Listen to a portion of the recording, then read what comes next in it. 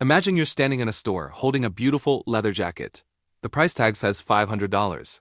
You reach into your pocket and pull out 5 crisp $100 bills. You count them slowly. 1, 2, 3, 4, 5. As you hand them over, you feel a little knot in your stomach. Your brain flashes a warning. That's a lot of money. That's groceries for a month.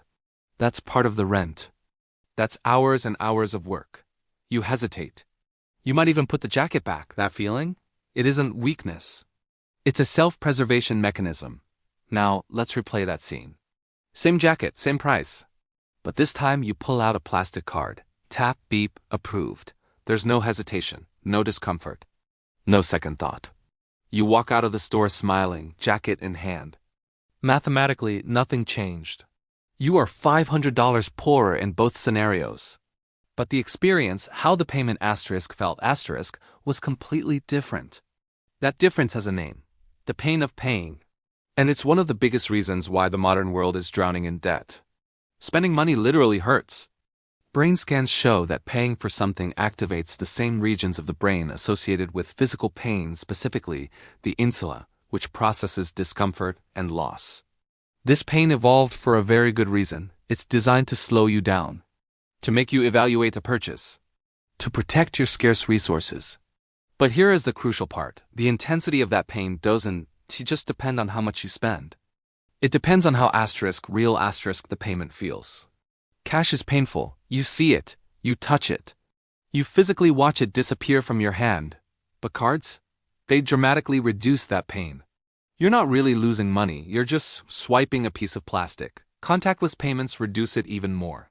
A simple tap barely even registers as a financial event in our minds. Each layer of abstraction, each step away from physical cash, removes friction. And every time friction is removed, pain is removed. And when you remove the pain, you remove restraint. Casinos figured this out decades ago. That's why they don't let you gamble with cash. The very first thing a casino does is convert your hard-earned money into colorful chips. These chips don't look like money. They don't feel like money. They feel like toys, like game pieces. You're not betting $100 on a hand of blackjack. You're just pushing a few colored discs across the felt. The psychological weight of the loss almost completely vanishes. Countless studies confirm what casinos have intuitively known for years.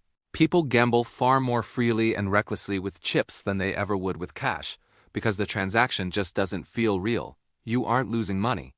You're just moving tokens around a board. The modern digital economy has copied this playbook perfectly. Think about it. Video game currencies like V-Bucks and Robux, in-app purchases, one-click buying, stored credit cards, automatic subscriptions, buy now pay later services. They all serve the exact same purpose as casino chips. They make money feel fake. Children spend Robux without any sense of actual financial loss. But adults do the exact same thing with their monthly subscriptions and tap-to-pay purchases. Transactions become simple gestures. Spending becomes invisible. The math behind this is brutal. Research consistently shows that people spend anywhere from 12 to 25% more when using cards instead of cash. Let's be conservative and say that payment abstraction causes you to overspend by just 15%. If your household spends $60,000 a year on things other than housing, that's an extra $9,000 spent annually. Over 30 years, that's $270,000 gone. Not because you needed more things. Not because you valued those things more. But simply because spending didn't hurt enough to make you stop. Every modern payment innovation is sold to us as a convenience. But the real goal is the same one casinos have always had. Reduce your awareness to increase the volume of your spending.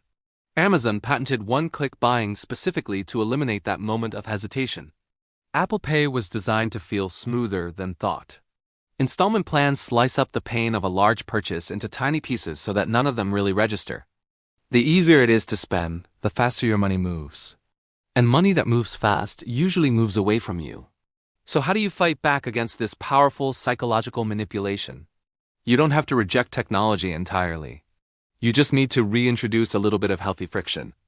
Try this experiment. For just 1 week, use only cash for your discretionary spending. That means groceries, coffee, eating out, entertainment. Watch how your behavior changes almost instantly. You'll find yourself standing in a store aisle, Holding something you don't really need and you'll think, do I really want to break a $20 bill for this? More often than not, the answer will be no.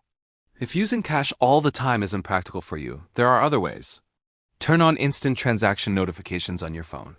Every single tap should trigger a buzz in your pocket with the exact amount you just spent.